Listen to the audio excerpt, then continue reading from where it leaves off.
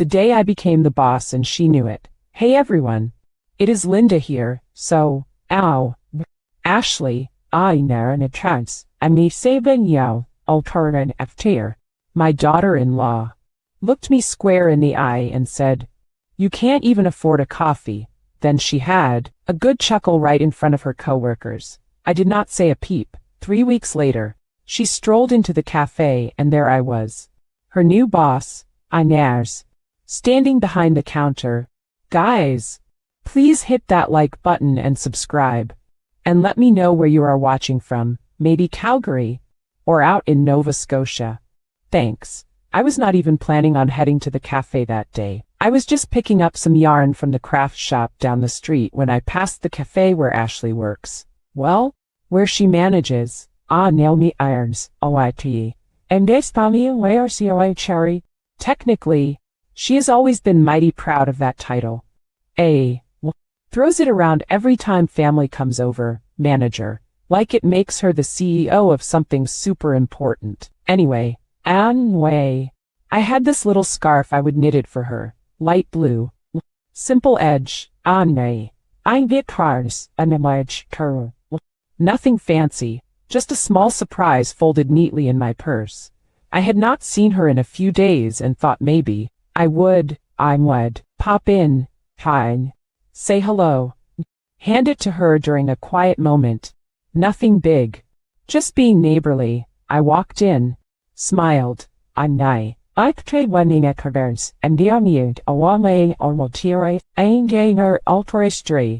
stood near the counter, waiting for her to spot me. She was leaning across the back bar with 2 of her younger baristas, just chin wagging and laughing. She saw me. Oh, I know she saw me, but she turned back to them and kept on gabbing. Then she said it like I was not even there. Oh, she pops in sometimes. She is sweet. But she probably can't even afford a coffee here. And then she burst out laughing. The kind of laugh people use to make sure everyone hears. The 2 girls she was with, one with a slick ponytail and the other with long, fake nails, both snickered along like they were in on some big secret. I just stood there, still holding the scarf in my bag, suddenly feeling like I was in my birthday suit. Ashley added, "Seriously, Nyai. She paid in coins last time." Coins, I swear I thought she was joking. She did not look at me. She did not have to. They all knew I heard it. I did not say anything. I just stood still, swallowing hard, pretending my ears were not ringing. My face went warm. My chest tightened. I nodded like a dummy and slowly turned around, pretending I had somewhere else to be. No one stopped me. No one even called after me to say it was just a joke. And it was not a joke. That is the part that hit hardest. It was meant to sting. It was meant to make me feel small. I walked outside and sat on the bench near the bus stop. I was not even thinking clearly. The scarf stayed in my bag, still folded. I watched the bus come and go without getting on. I do not know how long I sat there, but the world felt quieter than usual. Like everything had gone underwater. I thought about every single thing I would done for her, and for Liam, when they got married and did not have enough money to furnish their apartment. I paid for the couch, a chain, the fridge, and fridge, even helped cover the deposit. I babysat their son 3 nights a week for nearly a year when they could not afford daycare. I would clean their kitchen when Ashley had back-to-back shifts and cooked for them when Liam was working overtime. I never asked for anything, never even raised my voice, but somehow, in her eyes, I was just some broke old woman who could not afford coffee, someone to mock for cheap laughs in front of her trendy little crew. And worse, she felt safe enough to do it, while wearing a name tag that said manager. That is how I knew she did not think there would be consequences. That is how I knew Liam would not stand up for me, because if he had, she never would have felt bold enough to humiliate me like that. I went home without saying a word to anyone. I took the scarf out of my bag, placed it in the bottom drawer where I keep old birthday cards and church flyers, and sat at the kitchen table with a cup of tea. No sugar, no milk, Just plain, bitter tea. I did not cry. I did not yell. But something inside me locked into place. A kind of stillness I had not felt in years. Not sadness. Not anger. Just a very sharp, very clean decision. I was done being a joke. I waited until the next morning to tell Liam, not because I was unsure, I was not, but because I wanted to give myself a night to cool down. I thought maybe I would wake up feeling less raw about it. Less embarrassed. I did not. I barely slept. And when I finally sat down across from him in the kitchen, I was not angry. Just tired. Liam, I said, steady as I could. I stopped by the cafe yesterday. Ashley embarrassed me in front of the other staff. She said I could not afford coffee, then laughed about it like I was not standing there. He did not even look up at first. He was fiddling with his phone. And for a second, I thought maybe he had not heard me. So I said it again, word for word. That is when he sighed and leaned back in. His, nameris, knife. Common college to retire. Chair, nailnets,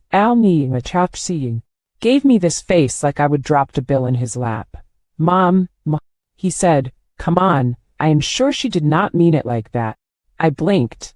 Liam, I was standing right there. She said it loud enough for the entire front line to hear. She laughed. He shrugged and I could see it happening in real time. The part where he decided not to deal with it. Ashley jokes like that all the time. It is her sense of humor. You take things personally.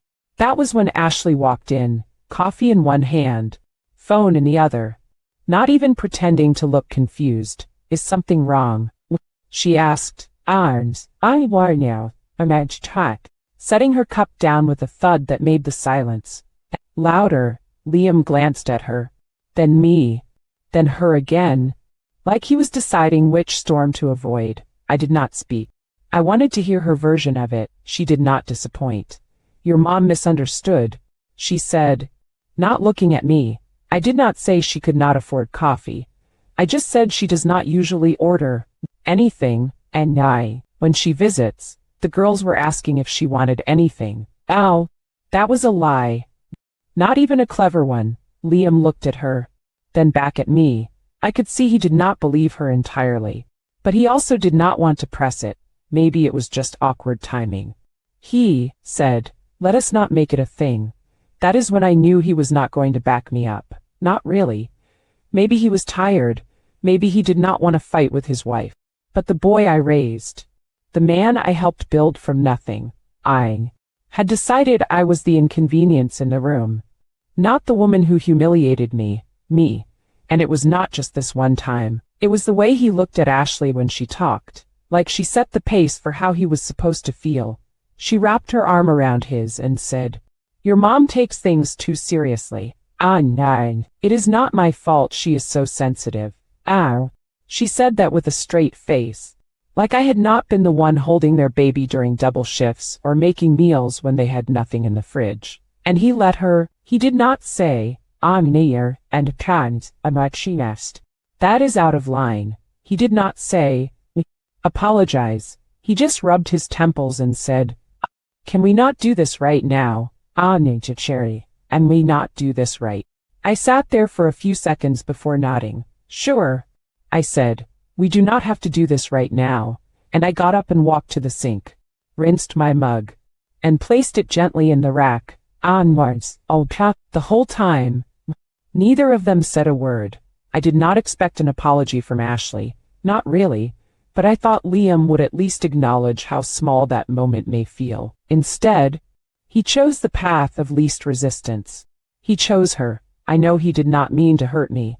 That is the thing that stings most.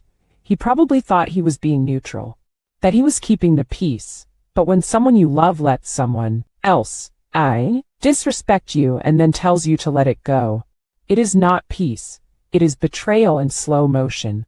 I left their place around noon and walked home in the cold without putting my gloves on, not because I wanted to punish myself, but because I needed to feel something clearer than what was twisting in my chest. I did not cry. I did not scream.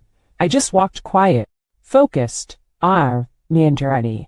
Like I was trying to step myself out of the part of me that still expected kindness.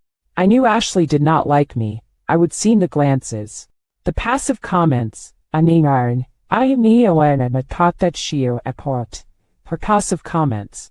The way she tried to outshine me in every conversation. But that morning, in my own son's kitchen, I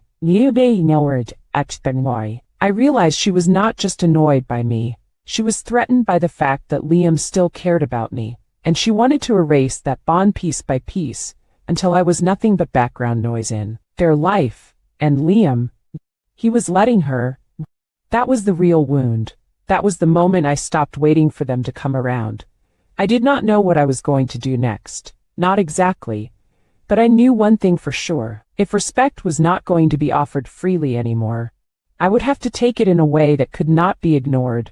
They talk about me like I have always been this way. Like I was born with threadbare sweaters and coupons in my purse. Just another quiet old woman who does not understand phones and buys her shoes from Hamer's clearance racks. But I was not always broke. I was not always invisible. Before Ashley came into the picture and decided I was something to tolerate. And now, one. Before Liam started repeating her words instead of thinking for himself, I had my own life. I ran a small gift shop in town for 8 years. It was not glamorous, but it was mine. I knew my customers by name, wrapped their anniversary gifts myself, and kept handwritten thank you cards taped to the back office wall. It was not just a job. It was a place people came when they wanted to feel thought of. I gave that up the year Liam and Ashley got married. They were struggling. Young, drowning in rent and wedding payments. Liam did not ask me for help. But I saw it in his face. The anxiety. The shame, so I sold the shop quietly. No drama. I told everyone I was ready to retire. But the truth was, I drained my savings and handed over more than half of it to cover their down payment, wedding costs, years and a wedding costs, and a chunk of their credit card debt. I did not keep receipts. I did not ask for promises. I just did it because that is what mothers do. And after the wedding, when things did not get easier, I stepped in again. And I knew, cooked freezer meals for them when Ashley had back-to-back shifts, helped organize the nursery when they had their son, bought diapers, formula, and onesies without saying a word about the cost. I babysat when they could not afford childcare, stayed up nights when the baby would not sleep, paid utility bills without telling them. It was not charity, it was love, and I never expected anything in return. Just basic respect. But now, the way they speak to me, the way they speak to me, the way Ashley looks at me like I am some dead weight from a sad old world. It is like none of that ever happened. Like I have always just been poor Linda who lingers too long at their door. But what they do not know, what they never cared enough to ask, is that I did not give up everything, not all of it, 3 years ago, when my neighbor Marie started that little bakery out of her garage. I offered to help, not just with labor, but money. She would been turned down for a loan, and I still had enough tucked away to take a risk. So, I did. I gave her enough to get the permits, the equipment, the space. She baked. I handled the books. We did not advertise it. We did not post it online. We just built it up. One loyal customer at a time. Quietly, a year later, we were profitable. 2 years in, we opened a second location. My name is not on the storefront, but my hands are in every part of it. The packaging, the bookkeeping, the late night supply runs. Ashley and Liam never knew, and I never told them. Why would I? They made it clear that my values stopped at what I could hand them directly. I decided a long time ago they did not need to know I still had resources, that I still had worth beyond free babysitting and casseroles. I kept the secret for the same reason I stopped offering extra help. And then you at shares, because they stopped seeing me as a person. They saw a wallet once. Then a doormat. Ours. Now just a ghost with bills, but Marie knows. She sees me. She respects what I built. What we built. She tells people even if I do not, says. Linda's the one who kept the books straight and negotiated better flower prices when suppliers tried to stiff us. She calls me her silent genius, and now, sitting here with my tea and a knot growing in my chest from that awful cafe scene, I realize I am not as helpless as they think. I may look like the kind of woman who folds coupons and walks to save on gas. But that is a choice. Not a condition. I do not live small because I have to. I do it because I know what it means to build something slowly.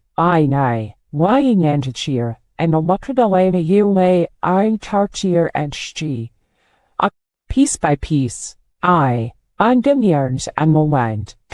Without anyone clapping for you. I know how to work in silence. I know how to hold back. And most importantly, I know how to wait. Ashley thinks she has got power because she is a manager at some overpriced cafe with bad lighting and pre-frozen croissants. She thinks she is untouchable because the staff laughs at her jokes and she gets to wear a lanyard, but she has never built anything. Never risked anything. She has never had to swallow her pride to make payroll or go without heat to pay rent. She does not know what real strength looks like. But she is about to. When Marie first mentioned starting a bakery, it was over coffee in her backyard, sitting on plastic lawn chairs with her old mutt snoring between us. She said it like a joke at first. Maybe I should just start selling my banana bread instead of giving it away. But I knew she meant it. Marie had lost her job 6 months earlier and was scraping by on part-time shifts in Pride. I did not even blink. Do it, I said. She laughed. With what money? That was the first time I told someone I still had something put away.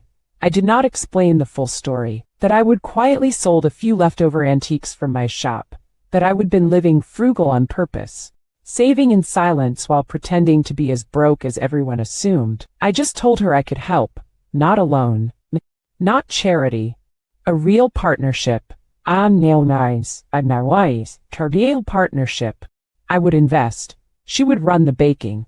She stared at me like I would offer to buy her a house. 2 weeks later, she had a permit. A month later, her garage smelled like cinnamon every morning. We started small. In times, and she later, on a watch party, a camel more. Just muffins and cookies. And saved away a puckaway. All wrapped by hand. Labels printed from my home printer. I tracked every receipt. Every ingredient. Every ingredient. And every dollar. We made the first deliveries ourselves. I drove the early morning runs. Marie did the baking. It was hard. Brutal at times. There were mornings I would be up at 5:00 am folding boxes on her floor while she cried over sunken cakes. But we kept going. I learned what mattered. Which suppliers would give us net 30 terms. Which Instagram foodies would post if we offered a box for free. How to talk to cafe owners without sounding desperate. By year 2, we had a steady base of repeat clients. And finally enough profit to rent a small retail space. That is when we opened the first branch. Still modest, still running on elbow grease. But real. Then came the second. And through it all, I said nothing to Liam or Ashley, not because I was hiding something shameful, but because I would already learned they only valued what I did when it benefited them directly. I remember once early on, Marie asked why I never told my family about the bakery. I told her the truth. Because they would not ask how it is going. They would ask how much they can borrow. And I meant, it. Ashley especially had this way of dismissing anything I did. Even when it helped her, like the time I hand-mended a ripped sleeve on her work blazer. And she thanked me with a flat, cool thanks before tossing it onto a chair like I was her dry cleaner. She never saw me as someone with skills or ambition. Just an old woman with too much time. So, when I stopped explaining myself. But I never stopped working. And the more the business grew, and the more I started to feel like myself again. Not Liam's mom, or Ashley's babysitter, but Linda, a woman who knew how to build something that lasted. I did not need applause. I just needed proof I still had it in me. And now, well, after everything with Ashley at that cafe, and wound up Staudini, her little jokes, I'm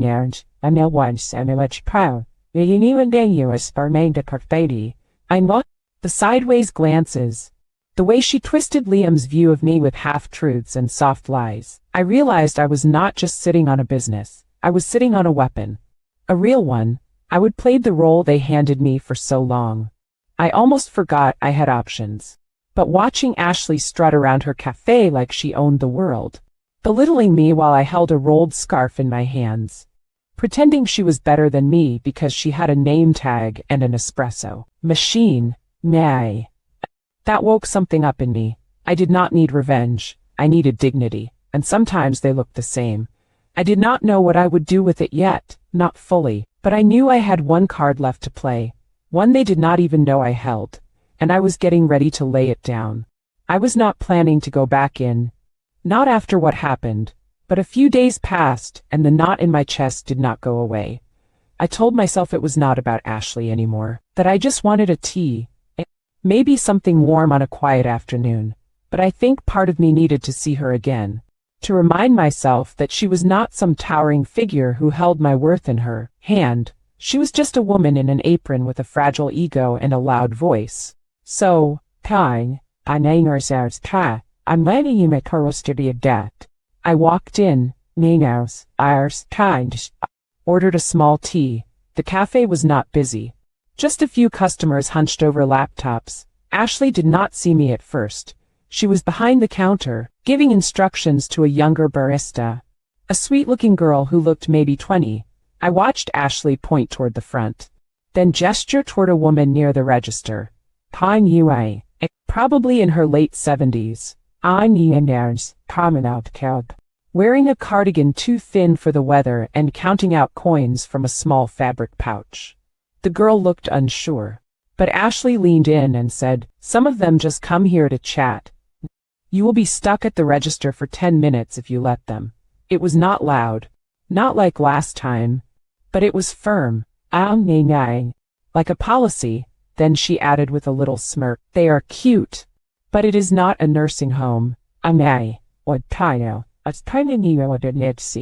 You know," the girl laughed nervously. The older woman, the customer, kept her eyes down, but I could see her cheeks flush. She would hurt it, of course. She had. I felt my stomach twist.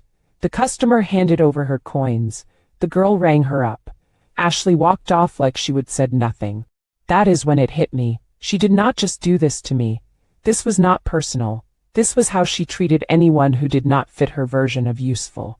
She made people small when she thought no one would push back. I watched the old woman take her tea to the window seat, stirring it slowly, pretending she had not heard what everyone knew she had. And I thought, that could be me. That was me. And it was not going to happen again. That night, I called Marie and said, "Let us sell the second branch." She hesitated. "Are you sure? You have been so proud of it." I told her the truth. "I need the cash. I need to buy something." She did not ask what. She just said, "Okay, we will call the broker tomorrow." We would already had offers sitting on the table. The bakery was in a great location and we would turned, a real profit the last 2 quarters. Selling one branch would not hurt the business. Not long term, but for me, it would free up exactly what I needed. Cash fast. I did not tell Marie what I had in mind. Not yet.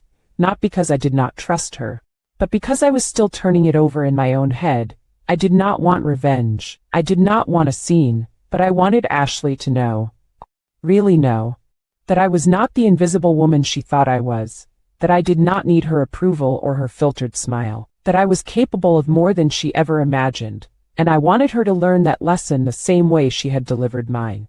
In public, and in silence, and without warning. I spent that evening researching the cafe. Turns out things were not going as well as Ashley pretended. The place was behind on rent, online reviews were spotty, especially about customer service. I even found a job listing that had gone up and come down quickly. Like they were scrambling for staff but could not hold on to anyone. And the biggest surprise, the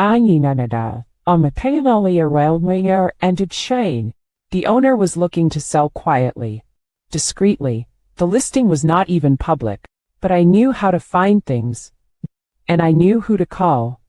All that silence they thought was weakness. It was not, it was preparation. I would bought bigger things in life with more hesitation than this cafe.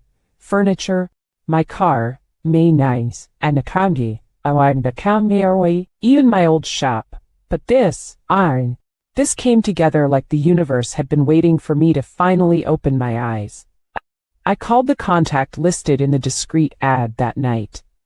A local business broker I dealt with once before during my gift shop days. His name was Paul, sharp, fast-talking. Remembered me right away. Linda from Patch and Paper. Wow. That was years ago. You still in the game? I told him I might be, said I was interested in something small, quiet. He did not even ask why. Just sent over the details. Turned out the cafe was bleeding slowly. Rent late for the second time in 3 months. Employee turnover high. Equipment aging. Their social media had not been updated in weeks. Paul said the current owner was a decent guy. Just tired. Overwhelmed. Ready to move on. He was not looking to get rich. Just out. He will take a fair offer. Paul said, if you can move quick. I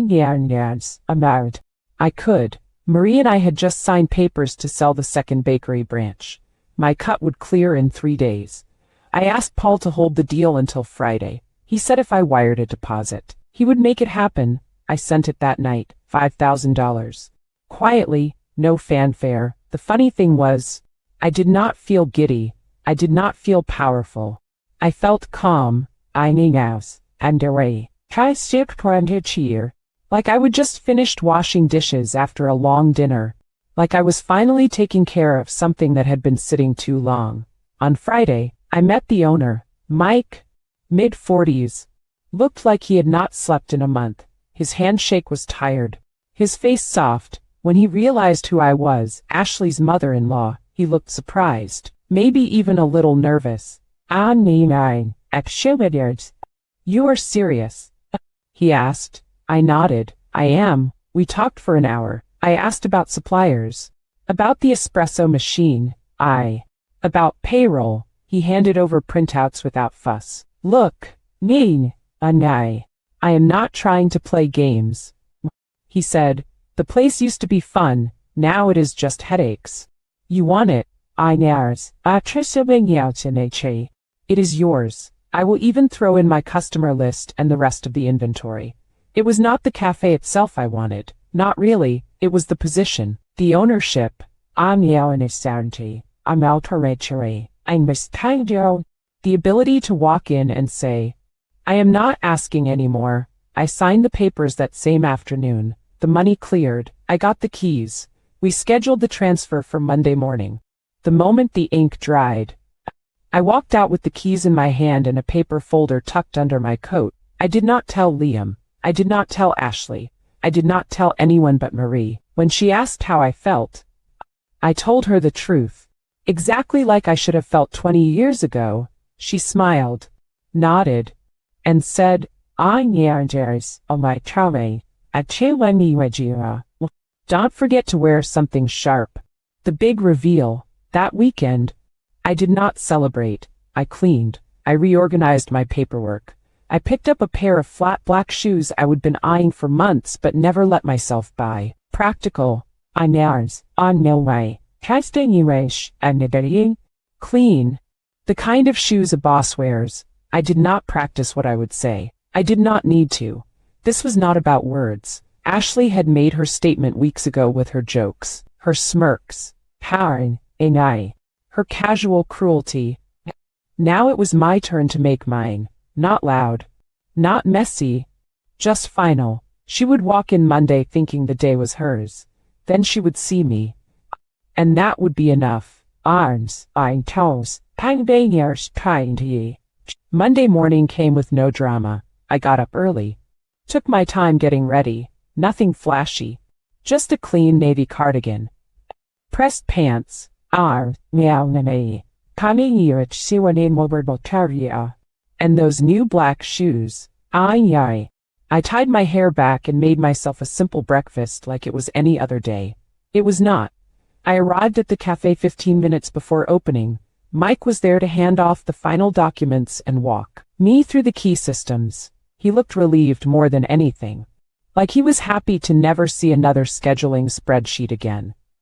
He gave me one last rundown, patted the counter, and said, "Yarn," and said, "Good luck. Linda, I think you are going to surprise a lot of people." He left. I stood behind the counter alone for a minute, just breathing. The lights were still low. The cafe felt smaller somehow. I straightened a few stools, wiped down the register area, checked the supply shelf,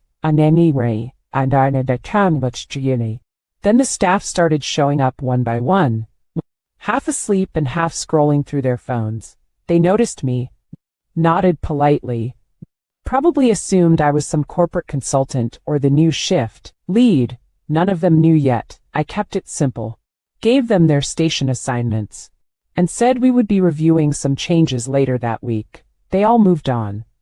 Then, at exactly 12 a.m. Ashley walked in, late. Of course, oversized sunglasses on her head, iced coffee in one hand, phone in the other, purse swinging like she owned the room. She did not see me at first. Was too busy laughing about something with one of the newer girls. Then she reached the register and finally looked up. We made eye contact. She froze.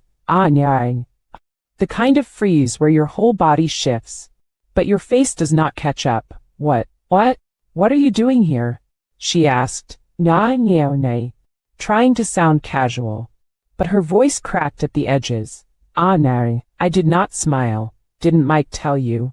Ownership transferred. I am the new owner. She blinked. You are joking.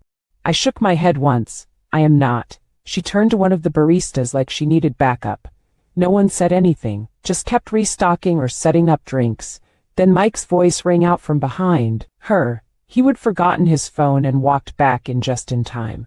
Oh, good. You met Linda. She is in charge now. Treat her well. He grabbed his phone, waved, and left again. And left again. Ashley did not move. Her face did something strange. A mix of confusion, panic, and Italian she and starboard, funny, and pride crashing into each other. Wait, I knew errands and fobbimadioti, chained to each other. This is a joke. And Selway, was a joke. Right, she said again. I'm Nilward, and the Malays. I've trying editors Tama Carrot. Louder this time. I did not answer. I just handed her the updated schedule. You are on register today. You missed pre-shift. So get caught up. I did not raise my voice. Did not add anything extra. Just instructions. Boy,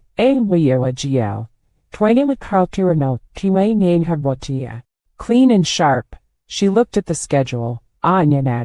Then at me. You can't be serious. I manage this place. I looked her straight in the eyes. Not anymore. The barista behind her coughed into her sleeve to hide a smile. Ashley's face flushed. This is ridiculous. You bought a whole cafe just to embarrass me. I finally did smile.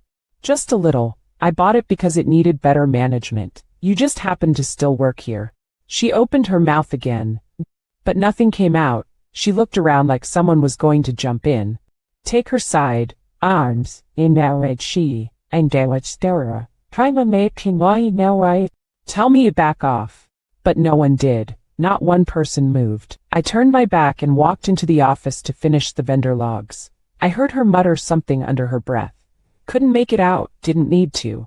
The point had been made, not loudly, not cruelly, eined. Just clearly. She thought I was broke. She thought I was powerless. She thought she could humiliate me without consequence. And now she would spend the rest of her shift behind the counter working for the woman she once laughed at like trash. I did not fire her. That would have been too easy. Too clean. I did not buy this place for revenge. I bought it for respect. For the dignity she stripped away with every smirk. Every whisper. Every time she looked at me like I was less than her. So, I did the one thing she could not handle. I treated her like an employee. A regular one. No title. No special treatment. On Tuesday, I posted a new schedule. Ashley's name was on it. Register. Clean up. Enormes. Orneas Parge. Abelechi. Sure. And restock, same as everyone else. She stormed into the office that morning like she still had power. You are seriously making me clean tables? She asked. I nodded. Everyone rotates on our task, including you. She stared at me like she could not believe it. I have been running this place for 2 years. I looked at her and said, then you know exactly what needs improving. She did not argue again, but the way she slammed the rag bucket down said enough. I changed other things. 2 quiet things. We stopped using that awful generic syrup the last manager ordered in bulk. I brought in local pastries from a vendor Marie and I trusted. I restructured the tip pool evenly. No favoritism. One girl told me she made more in 2 days under my schedule than she had in 2 weeks under Ashley's. I said nothing. Just took notes and made sure we had enough stock to get through Friday without another run to the overpriced supplier Ashley used. Customers started noticing. 2 one man told me. The place feels different. Calmer. And shit when he went down. Like someone actually cares. I thanked him and went back to wiping down the pastry case. Ashley saw the shift happening. She felt it. You could see it in her posture, the way her shoulders stayed high. But her words got clipped. Her friends on staff stopped laughing at her stories. Some of them even stayed after hours to ask how I would made the place more efficient. I shared what I could. I did not gloat. I did not push. I just worked the same way I always had. Quietly, steadily, thoroughly, and the more I did, the more Ashley unraveled. She came in late twice that week. The second time, I handed her a written warning. She looked at it like it was a joke. You are joking, right? I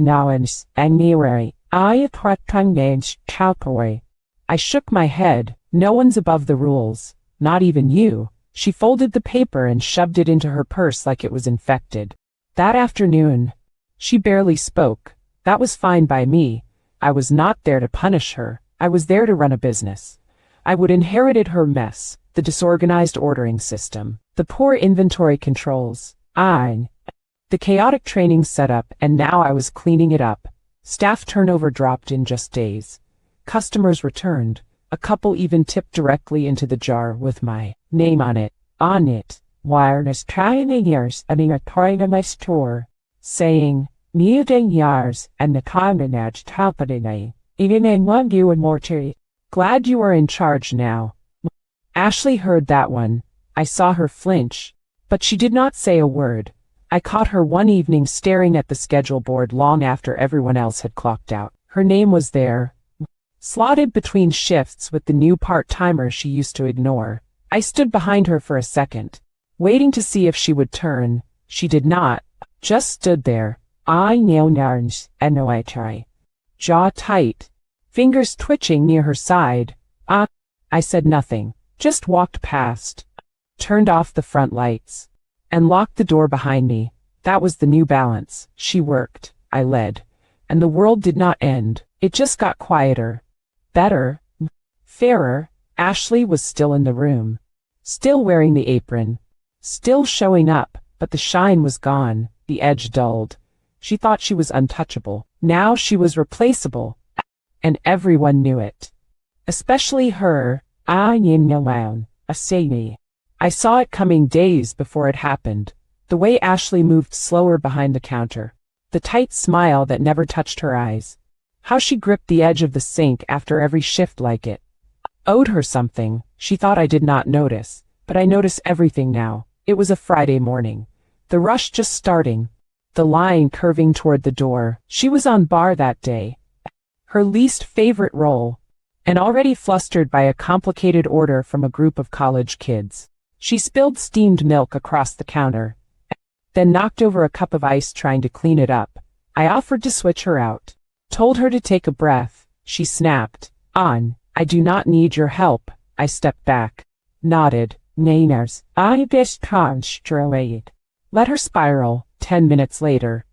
The POS froze and she could not reboot it. One of the new girls calmly stepped in and fixed it. No drama. That is when Ashley lost it right there in front of everyone. Customers. Staff.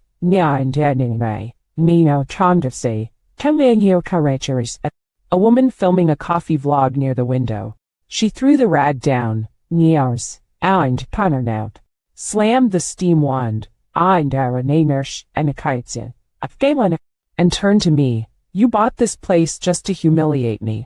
She shouted. Every head in the cafe turned. The line stopped moving. I did not react. I just looked at her and said, you mourn. Lower your voice. She did not. Don't tell me what to do. You have been setting me up since day one. You demoted me. You stuck me on cleanup. You act like I am some stupid teenager. She was shaking.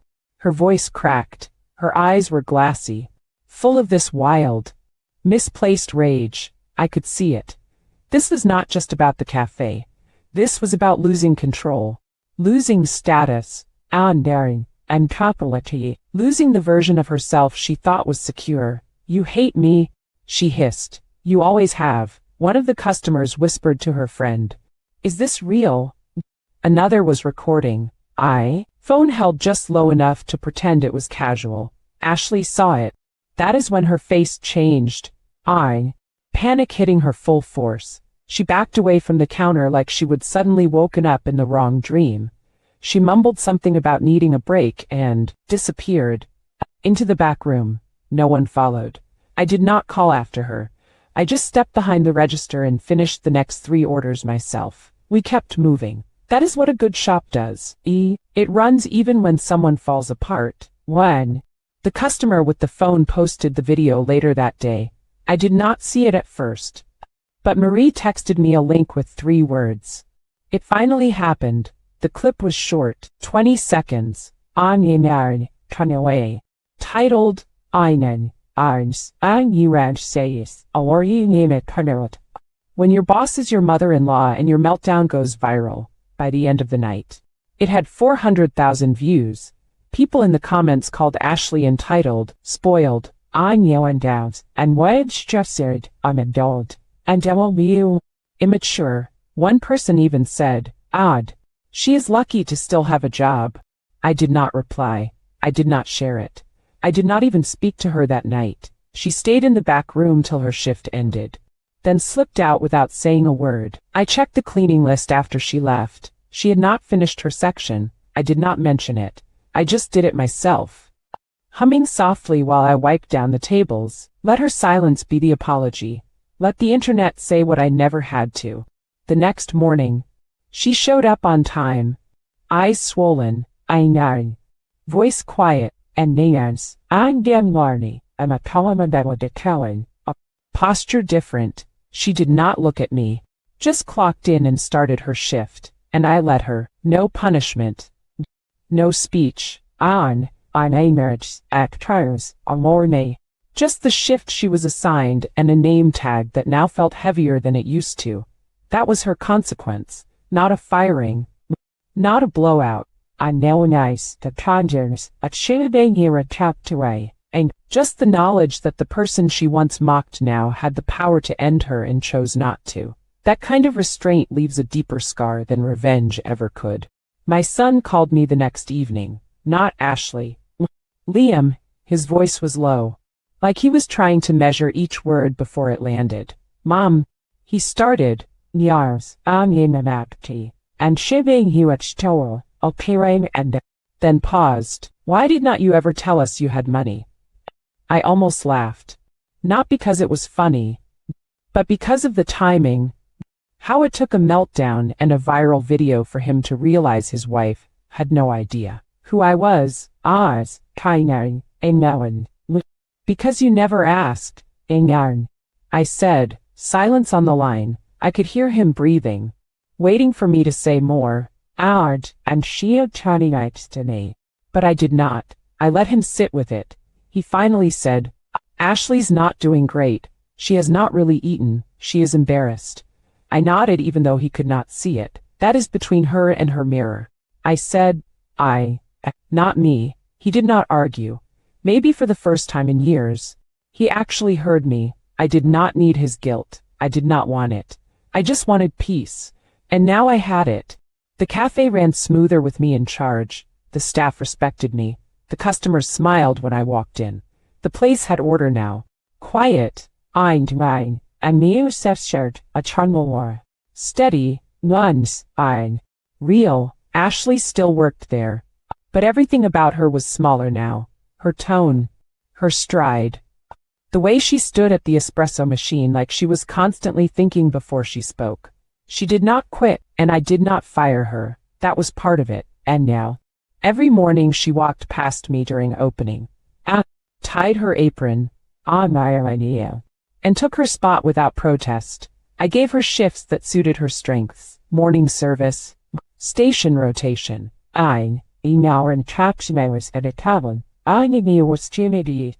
light closing, nothing cruel. Just even, professional. Fair, but she knew every cup she poured now came with the taste of consequence. The mockery she once threw at me in front of others replayed daily in her own head. I am sure, and every time she handed me a drink order, I saw it. I knew weighing her nice chat, and shame the parity, that flicker in her eyes, and the memory of who she thought I was. What she thought I could not afford. The laugh, the scarf in my purse, it all lived there behind her forced politeness. But I did not press it. I did not need to. That moment already belonged to me. A few customers even asked how long I would own the cafe. I told them just recently. They smiled. One woman said, art and demeste. You are exactly the kind of person I would want running a place like this. I said, thank you, and yours, and handed her a fresh croissant. Still warm, At home, I started sleeping better, eating better. I pulled out some old business journals I used to read back when I owned the gift shop. I started sketching new ideas, nothing big. Just little things that reminded me I still had vision, still had something to offer. Marie came by on Sundays and we would sit and talk about bakery clients, new supplier quotes, maybe even expanding again someday. But for now, I was happy with what I had. I did not want applause. I did not need a banner that said, "You won." I had a key on my chain and a name on the deed, and that was enough. The best part, Ashley never saw it coming. That was always the real lesson. I was not poor. I was not weak. I was just quiet. And the only reason she ever got away with mocking me was because I let her believe silence meant surrender.